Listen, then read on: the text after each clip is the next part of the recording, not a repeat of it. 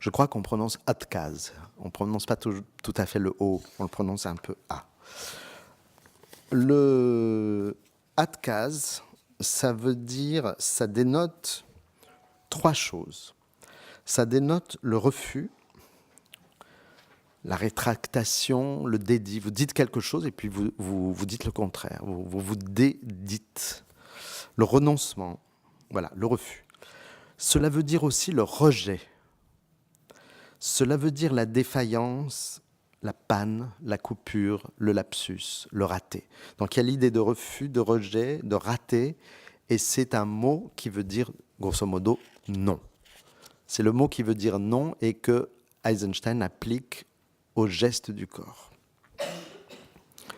Ce mot adkaz vient de Meyerhold, à nouveau, qu'il appelle dans ses mémoires son second père, avec qui, évidemment, il a appris énormément de choses sur le plan du jeu d'acteur, en particulier, de la mise en scène et du jeu d'acteur. Meyerhold avait indiqué ce qui, selon lui, devait être un geste expressif au théâtre. Grosso modo, il disait ceci, et c'est étonnant, mais c'est très très beau. Il disait, si un acteur veut se diriger vers un point donné, il doit commencer par faire un pas dans la direction opposée. Ça intensifie son mouvement son mouvement de conséquence. Mais il faut ce moment-là. Ou bien, si un acteur veut jouer le fait qu'il prend une décision, il faut qu'il y ait même une milliseconde d'hésitation avant la décision. Vous voyez ? Donc ça, c'était l'idée générale de Meyerhold, qui était un principe tout à la fois chorégraphique, en quelque sorte. C'est de la chorégraphie, on le retrouve dans beaucoup de chorégraphies, mais aussi psychologico-physiologique, quelque chose qui s'apparentait aussi à ce genre de publication, notamment le livre de Bode, Rudolf Bode, sur ce qu'il appelle la Ausdrucksgymnastik, la gymnastique expressive. Mais la couverture du livre est intéressante parce qu'on voit déjà que la même silhouette va dans un sens et aussi dans l'autre. Au fond, l'idée était la suivante, c'est que chaque geste esthétique, chaque geste dans le cadre d'une représentation théâtrale ou de cinéma, chaque geste doit savoir dire non. Un geste doit savoir dire non, y compris à l'égard de soi-même, de son propre mouvement. Donc, il y a dans les textes de Meyerhold des années 21-22, c'est dans ses écrits sur le théâtre, édité à l'âge d'homme. Alors, il y a un texte qui s'intitule « Le laboratoire biomécanique ». Il y a toutes ces espèces de phrases notées par son assistant Alexandre Gladkov qui s'intitule « Réflexion ».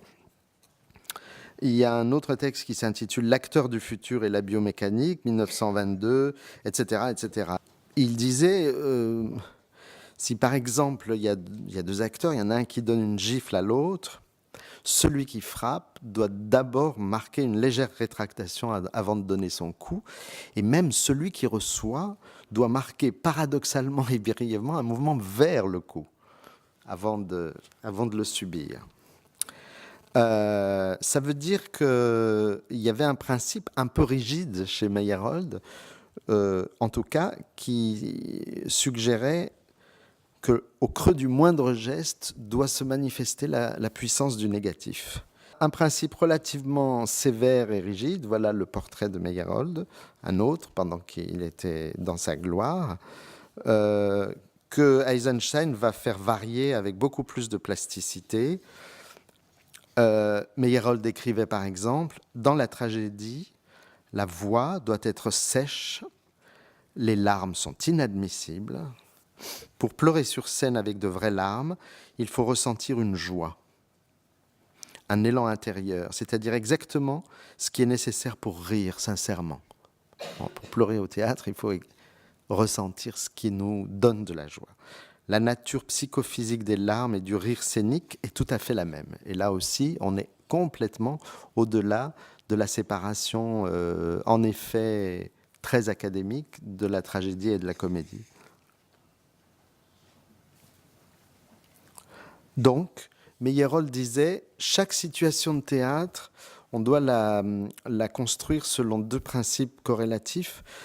Il faut associer, donc on est déjà dans une problématique de montage, et en associant, il faut contredire. Donc on est dans une problématique de montage particulier, de montage qui inclut la contradiction.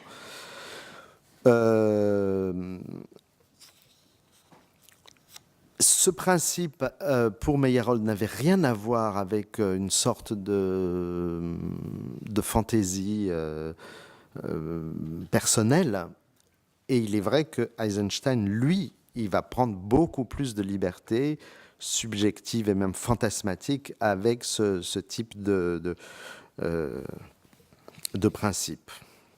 Et donc Eisenstein insistait beaucoup sur le fait que l'accentuation pathétique d'un geste advient d'abord dans la contradiction, c'est-à-dire dans l'atkaz, dans la négation, le non de ce geste même. C'est un principe qu'il ne va jamais quitter de sa vie. Je reviens sur la photographie de Masque à gaz. Elle est étonnante, cette saisie d'un moment de geste expressif. C'est une scène de meurtre. Si vous regardez bien, dans la main droite du personnage qui est debout, il y a un couteau. Mais pourtant, quand on regarde, même si avec sa main gauche, on dirait qu'il a envie d'arracher la tête de l'autre, mais la première image qu'on a de ça, c'est une image d'embrassement. Vous trouvez ça, d'ailleurs, je le dis par association d'idées comme ça, chez Pasolini, évidemment. La bagarre des deux garçons dans Acatone, c'est magnifique parce que c'est une bagarre qui est faite d'embrassement. Comme dans les animaux sauvages, vous savez, dans les films animaliers, vous avez un lion qui et c'est d'autant plus violent que c'est embrassé et non pas comme dans un film américain où les gens se tapent pour s'éloigner. Mais là, vraiment, les gens sont embrassés dans leur agressivité même.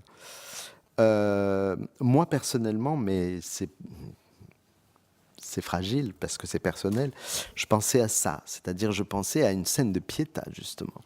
C'est-à-dire, en particulier celle-là de Bellini que j'aime beaucoup parce qu'elle est complètement disproportionnée. Elle est disproportionnée temporellement puisque la Vierge, normalement, elle a un bébé sur les genoux. Et là, elle a son fils adulte et normalement, elle a un bébé sur les genoux pour l'allaiter et pour lui avoir donné vie et que la vie continue. Et là, elle a un cadavre sur les genoux. Et donc, cette disproportion qui est tout à la fois temporelle, puisqu'on met ensemble la scène de la Vierge à l'enfant et la scène de la Vierge de Pietà. Cette disproportion temporelle entraîne aussi une disproportion corporelle, puisqu'il est vraiment trop grand, quoi. Voilà, je referme ma parenthèse.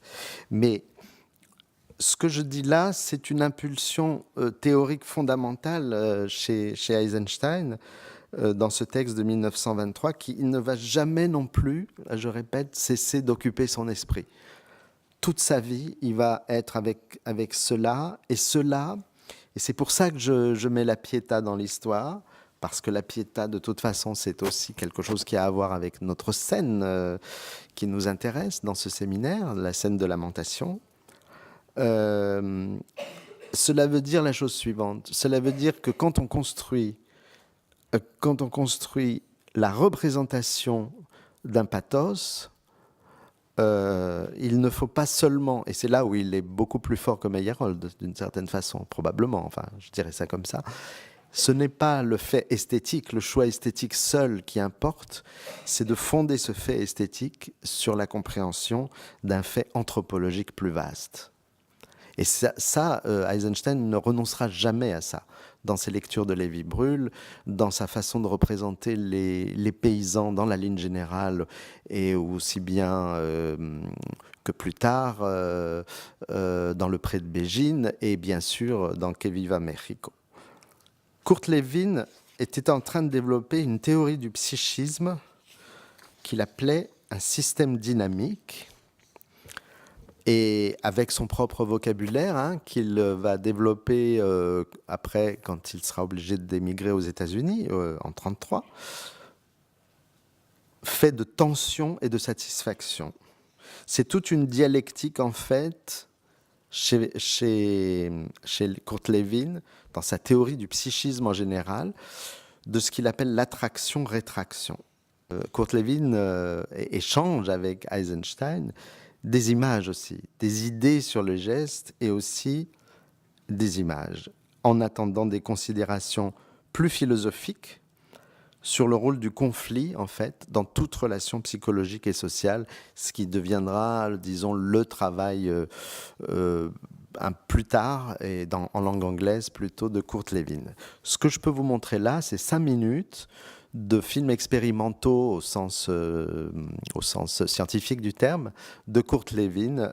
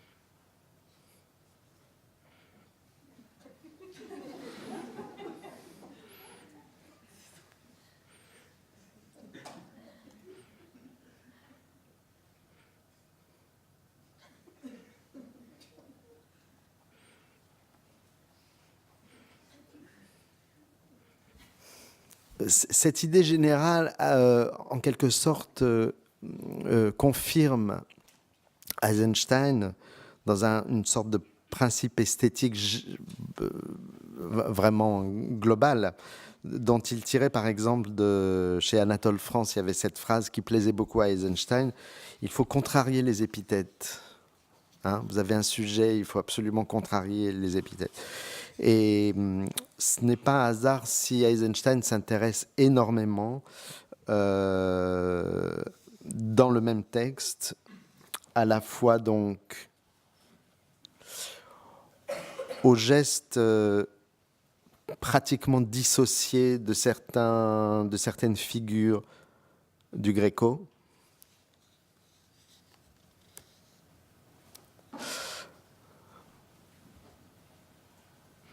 Là, un détail du Laocoon. Vous voyez qu'à droite, c'est dissocié, enfin, tout est dissocié.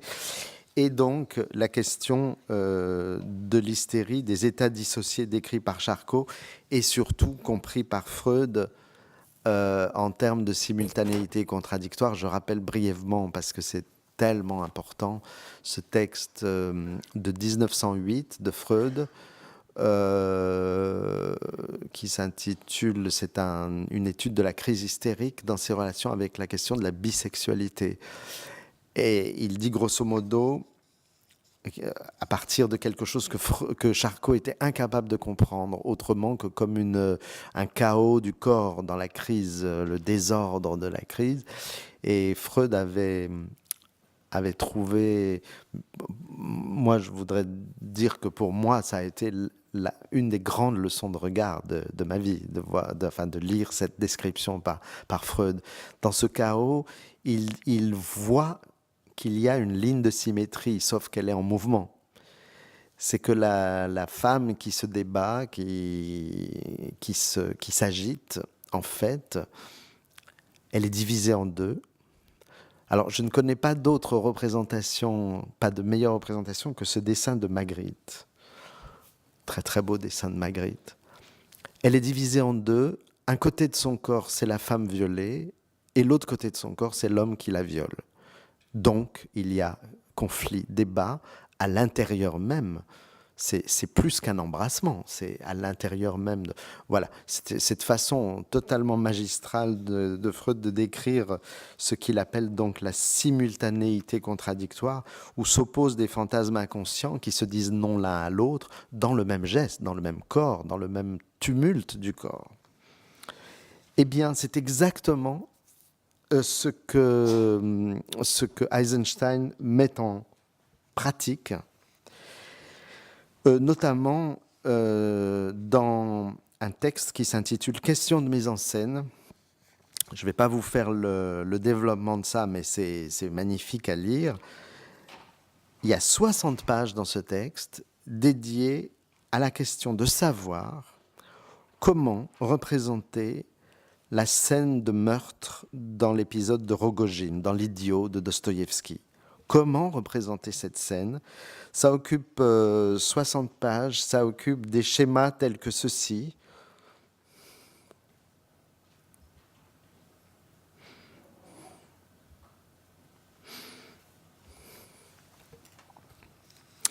Et dans le simple fait de vouloir lever le bras sur quelqu'un d'autre, on a cette complexité infinie que d'ailleurs Eisenstein suit dans le texte de Dostoïevski. Dostoïevski avait été capable justement d'entrer dans la complexité de ce geste, sortir un couteau et porter le geste sur autrui. Voilà.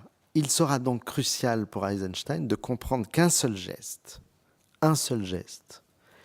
est presque toujours, quand il est expressif, quand il est doué d'intensité, de pathos, il est toujours fait de deux gestes. Un geste, c'est toujours deux gestes qui s'interpénètrent et se contredisent. Eh bien, ce que dit Eisenstein du geste, je pense qu'à son propos, on peut le dire de l'image en général. Une seule image serait souvent, on ne peut jamais dire toujours, mais une seule image, dans le meilleur des cas, serait faite le plus souvent au moins de deux images au moins qui s'interpénètrent et qui se contredisent. Par exemple, celle-là. Le montage n'est si nécessaire au cinéma, et d'ailleurs au cinéma comme ailleurs, que parce que les désirs dans la psyché ou les gestes dans les corps sont sans arrêt dans des relations de ce que finalement on peut appeler des embrassements conflictuels, s'embrasser dans le conflit. Et voilà ce qui justifiait Eisenstein à utiliser ce qu'il appelait lui-même des constructions par la solution inverse. Ce que je vous ai raconté sur le lorgnon, le thème du lorgnon par exemple dans le Potemkin, c'est exactement ça. Construction par la solution inverse. Le lorgnon du médecin jusque à la fin, le lorgnon de l'institutrice. Comme ça, une sorte de renversement. Et donc on a à la fois, on comprend bien, hein, par rapport à ce que j'ai dit les fois d'avant sur l'attraction, que l'attraction, c'est une attraction qui suppose, vous vous souvenez, il disait l'attraction, ce sont les particules élémentaires de l'art. Il disait ça, hein, en disant les savants, eux, ils ont l'électron, je ne sais pas quoi, nous, on a l'attraction. Eh bien, l'attraction ne va pas sans cette force double, positif-négatif. Et le négatif, ça s'appelle l'autre case. Eisenstein disait, ce qu'on crée au cinéma, c'est pas Guattari hein, qui dit ça, c'est Eisenstein. C'est un drame moléculaire né du heurt des fragments de montage, du choc des fragments de montage. Ben, c'est ça la scène de lamentation qui nous intéresse. C'est un drame moléculaire et très complexe, né de multiples heurts, de multiples fragments de montage. Et c'est pour ça que cette scène de lamentation, Eisenstein, à un moment donné, dit cette chose très très juste sur sa propre scène, parce qu'il n'a jamais cessé de la commenter toute sa vie durant. Il dit, mais c'est pas exactement une scène de mort, ma scène de lamentation.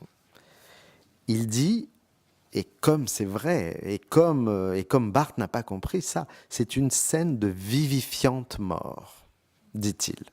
Je vous avais parlé du vertige du lointain.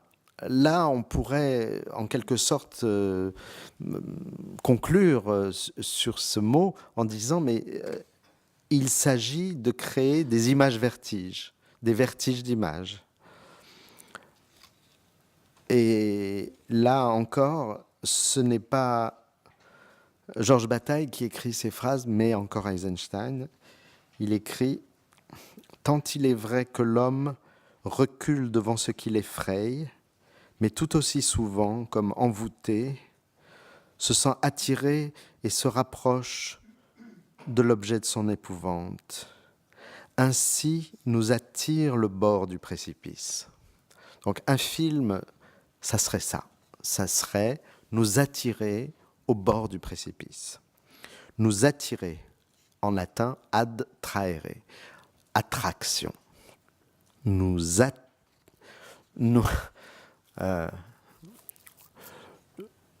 gratifier d'attraction. Donc c'est agréable, c'est épouvantable, c'est angoissant, c'est amusant, c'est tout ce que vous voudrez.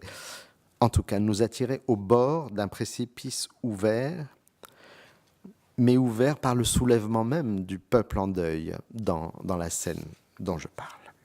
Et pour cela, il fallait que les formes, les corps, les gestes, tout ça surgissent, viennent et reviennent, tournent et retournent, pour que ça nous tourne mieux la tête. Il y a un passage magnifique qui est dans le 2e volume de La non-indifférente nature, où Eisenstein parle du cinéma en relation avec le jazz. Donc, l'espèce de folie du rythme. Hein. Et l'expression telle qu'elle a été traduite par Jacques Aumont, très bien traduite, c'est la volte de la forme. Volte traduit le mot russe oborot. Volte. En tout cas, moi, j'adore ce mot de volte. C'est un mot qui vient du latin et de l'italien. Ce mot volte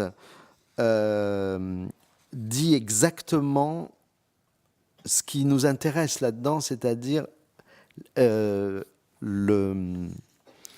l'élément dionysiaque dont je parlais dès le début du séminaire. C'est-à-dire les choses sont coupées en morceaux, mises à mort, en conflit, et les choses dansent pour cela. Pour cela même, les choses dansent. Volte, c'est un mot des tours et des retours. C'est un mot qui dit les choses sur 4 plans au moins. Volte, alors je me saisis du mot français, hein. Oborot, je ne connais pas, mais c'est un mot qui parle du geste. C'est un mot de la virevolte, de la danse, de la voltige des corps. Et là, bien sûr, c'est ce qui se passe à l'intérieur des plans et c'est ce qui se passe de plan à plan dans le film d'Eisenstein.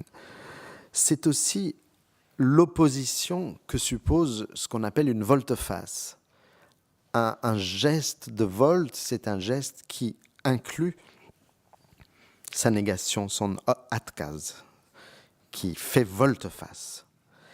Alors, c'est un mot qui, deuxièmement, nous parle de la révolution. Dans tous les sens du mot, notamment la révolution des astres dans le ciel, la révolution des sociétés dans l'histoire. Volte, troisièmement, c'est un mot qui nous parle de la poésie. Pourquoi ? Parce que, en latin, volvere désigne l'acte de discours qui consiste à dérouler une période, à construire une phrase. On dit comme ça, volvere. Et c'est pourquoi Dante, dans son traité de poétique de l'éloquence du vulgaire, a utilisé ce mot volta pour traduire le mot latin qui désigne le vers poétique, versus. Versus, volta. C'est tout à fait compréhensible.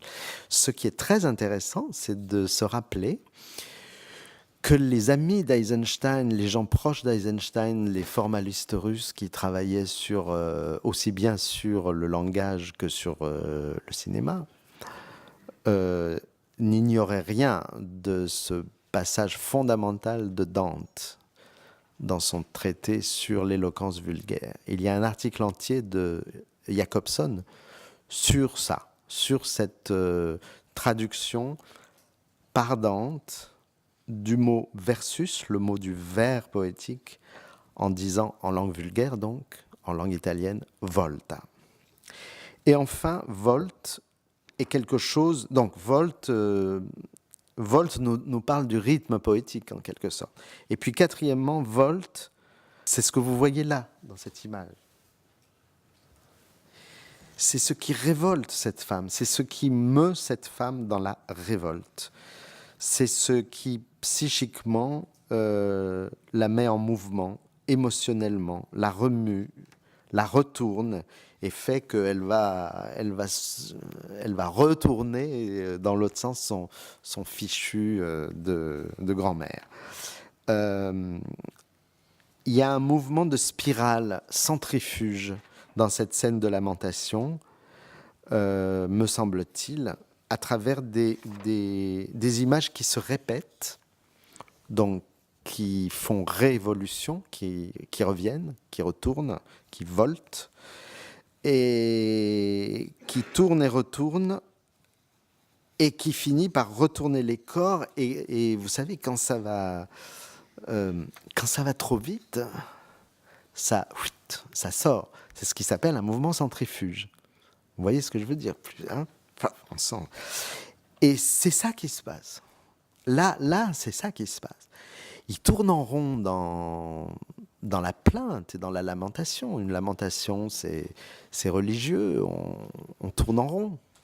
Mais si on tourne en rond un peu trop, avec trop d'intensité, on sort de soi. Et on se révolte. Il a choisi de nommer extase ce mouvement dialectique.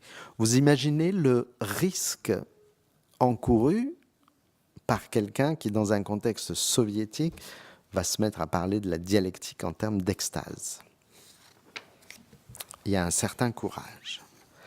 L'extase, la voilà. Enfin, là, c'est quoi si vous pensez à Eisenstein, vous comprenez ce que c'est.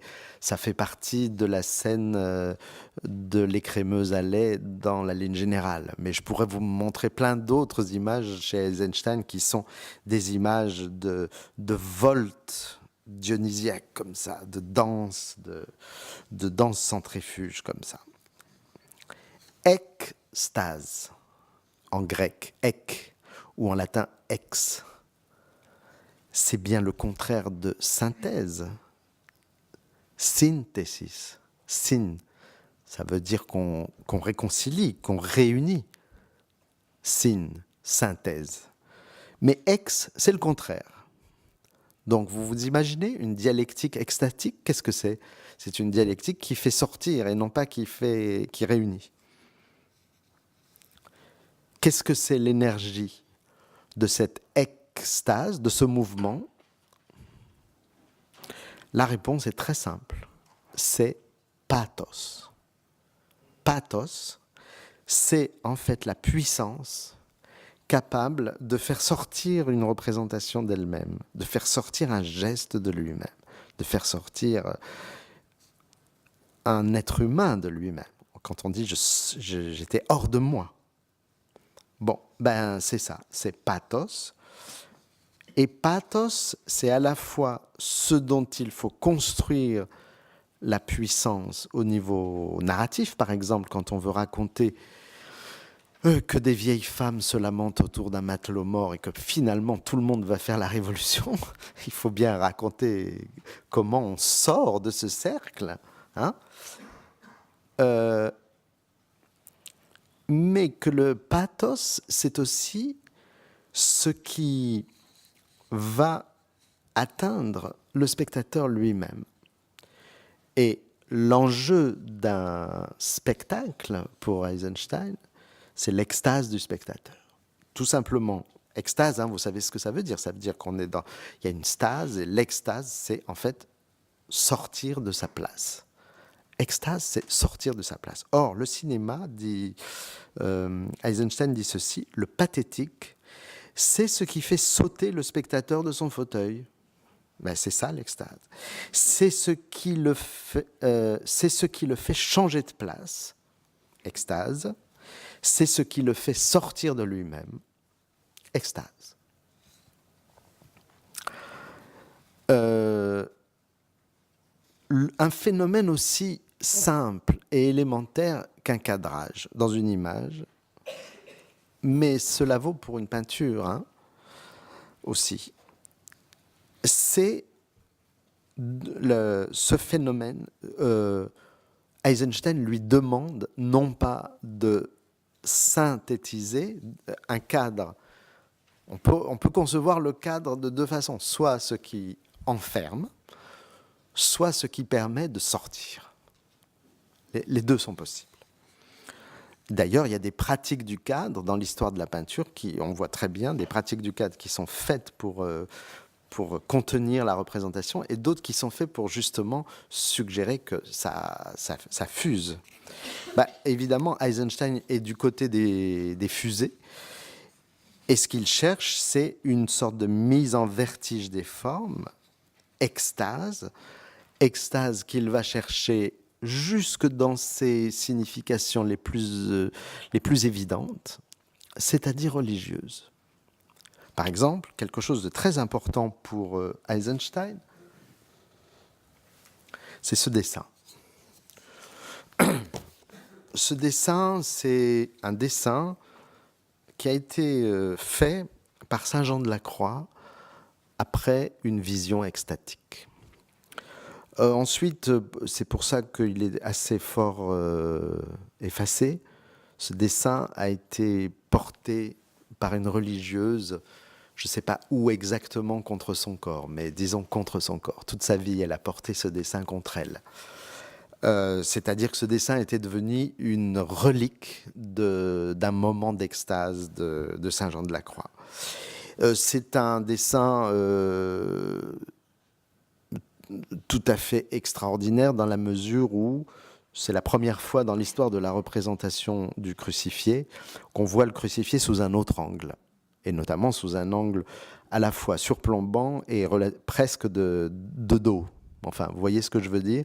Et il y a quelqu'un qui va utiliser beaucoup ça, bien sûr, c'est Salvador Dali, avec le mauvais goût qu'on lui connaît, mais il va utiliser ça, voilà. Mais Eisenstein, lui, il s'est beaucoup amusé avec ça aussi, hein. Par exemple, dans Que Viva Mexico. Ça, c'est une perspective extatique. Le vocabulaire extatique est aussi étendu et totalement en corrélation, concomitant avec le vocabulaire de la dialectique chez Eisenstein. Ça, c'est passionnant. Et Deleuze, c'est très intéressant de voir qu'est-ce qu'il fait avec ça. Parce qu'en fait, comme vous le savez, Deleuze n'a jamais aimé ni le mot, ni la notion philosophique de dialectique. Deleuze, il y a l'image-temps, il y a l'image-mouvement, et puis il y a l'image-temps. Dans l'image-mouvement, le premier des deux volumes, il est bien obligé d'admirer éperdument la façon dont Eisenstein parle de la dialectique des formes. Il l'admire parce qu'il a compris que c'est une façon hétérodoxe de parler de la dialectique, c'est une façon artiste de parler de la dialectique. Je rappelle Raoul Haussmann, Moholy-Nagy, des gens comme ça qui utilisaient ce vocabulaire, y compris donc des dadaïstes qui employaient le mot dialectique, hein. Donc c'était tout autre chose qu'un carcan. Et on pourrait presque dire, si ce n'était absolument scandaleux d'un point de vue de l'histoire des doctrines, une façon nietzschéenne de parler de la dialectique. Mais j'ose le dire, parce que chez Eisenstein, ces oppositions n'ont pas lieu d'être. Et alors Deleuze, donc, il voit ce vocabulaire dialectique, extase. Il dit, c'est formidable, hein. Il comprend qu'il s'agit de rendre compte d'une pathétisation, et du coup, Deleuze produit donc dans des leçons qu'il a dû prononcé autour de 1980, donc c'est contemporain de ce que par ailleurs Barthes pouvait énoncer. Hein. Et là, Deleuze est aux antipodes de Barthes. Et ce qui est quand même très intéressant, il prend comme paradigme, comme exemple, la scène de lamentation du cuirassé Potemkin pour parler de cette dialectique extatique. Donc, très pertinent. Je lis le passage de Deleuze. Il n'y a pas seulement lien organique entre deux instants, A plus B, mais bon pathétique. Un bon pathétique. C'est du vocabulaire eisensteinien, hein, pur. Où le deuxième instant acquiert une nouvelle puissance, puisque le premier est passé en lui. Ça pourrait être une définition de la dialectique. De la tristesse à la colère, c'est notre scène. Du doute à la certitude, de la résignation à la révolte, c'est notre scène. Le pathétique comporte pour son compte ces deux aspects. Il est à la fois passage d'un terme à un autre, d'une qualité à une autre, et le surgissement soudain de la nouvelle qualité qui naît du passage accompli. Ça, c'est Deleuze. C'est de la pure dialectique. L'image-mouvement, page 53-54. Il dit ensuite, voilà, c'est bien l'essentiel de la révolution d'Eisenstein. Il donne à la dialectique son sens proprement cinématographique. Il arrache le rythme à son évaluation seulement empirique ou esthétique, comme chez Griffith. Il se fait de l'organisme une conception essentiellement dialectique. Donc c'est organique, c'est dialectique, c'est rythmique dans un sens qui va au-delà de Griffith. Bon, très bien compris et comme vous le sentez, très admiratif. Hein.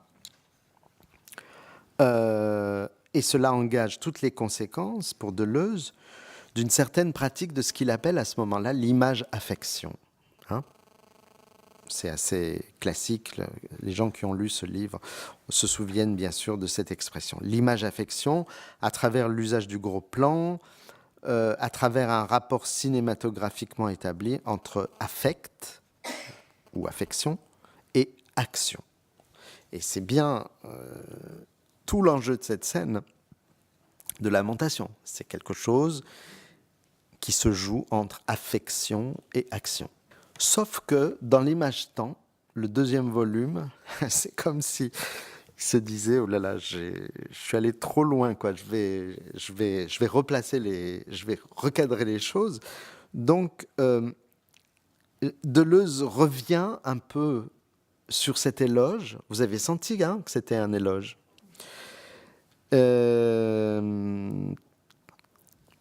Comme pour retirer à la dialectique, selon Eisenstein, ce que préalablement il lui avait accordé.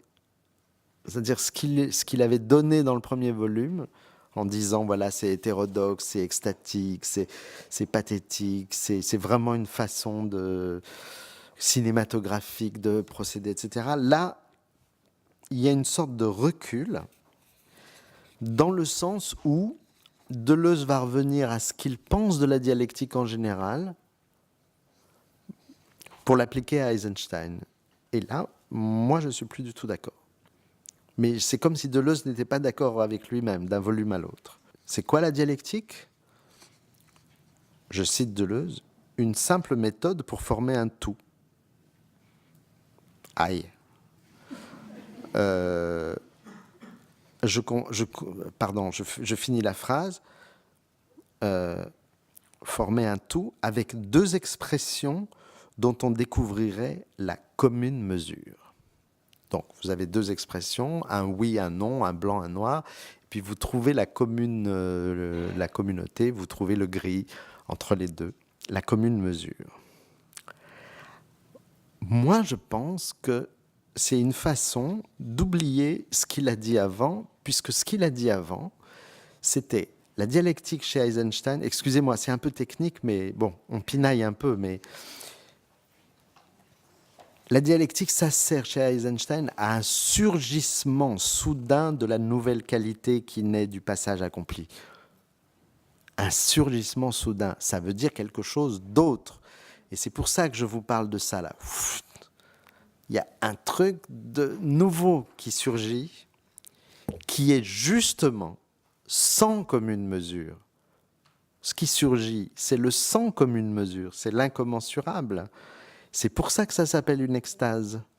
S'il y avait une commune mesure, ça ne serait pas une extase. Donc, le mot commune mesure ne va pas. Former un tout, ça veut dire synthesis. Ça ne va pas non plus. Eisenstein ne forme pas des tout. En tout cas, moi, je ne le vois pas. Il y a des gens qui le voient. Hein. Moi, je ne le vois pas.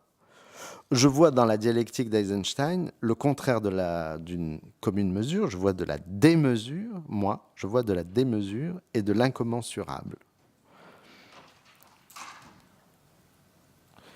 Le montage, si le montage s'est fait pour trouver la commune mesure de deux images différentes, rien ne surgit, c'est juste la commune mesure. C'est une sorte de moyenne. Si le montage s'est fait pour faire surgir quelque chose de totalement nouveau, alors ça veut dire qu'il y a dans les images en question des rapports d'incommensurables. C'est-à-dire pas de solution de synthèse, pas de synthèse, le contraire de la synthèse. Donc vous pouvez voir les choses d'une façon classique, dialectique classique, ou dialectique extatique. Vous pouvez dire, les grévistes sont poursuivis par l'armée, ils vont bientôt mourir. Ah, les pauvres, ils sont comme les animaux aux abattoirs. D'ailleurs, en russe, c'est le même mot, boïnia, qui veut dire à la fois l'acte du carnage et le lieu des abattoirs. Donc quand on va aux abattoirs de Moscou, on va au boïnia de Moscou. Et quand on assassine des grévistes, on pratique un boïnia. Donc il y a deux façons de voir les choses. Une façon qui serait rhétorique. Je ne dis pas qu'elle est, je pense qu'elle a été vue comme ça au départ. Une façon rhétorique qui dit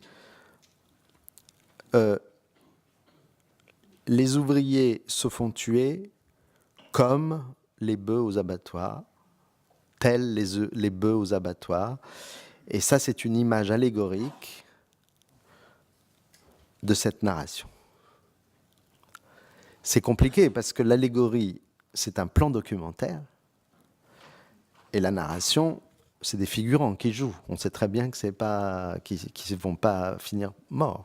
Tandis que lui, il meurt sous nos yeux. Plan général, acteur. Au gros plan, c'est pas un acteur, c'est vraiment c'est un plan documentaire. Bon. Donc, soit vous pensez que ça, c'est l'allégorie de ça, soit vous vous dites, entre les deux, de toute façon, visuellement et même d'une certaine façon éthiquement, c'est un incommensurable. Ça, c'est un film de fiction et ça, c'est un bœuf qui est en train de mourir dans un plan documentaire. Donc, soit vous tirez la dialectique vers le tout, qui serait un tout allégorique, soit vous tirez la dialectique vers quelque chose qui est bien plus profond, à mon avis, mais ça c'est tout un débat, qui serait du côté de ce que Freud appelle la figurabilité.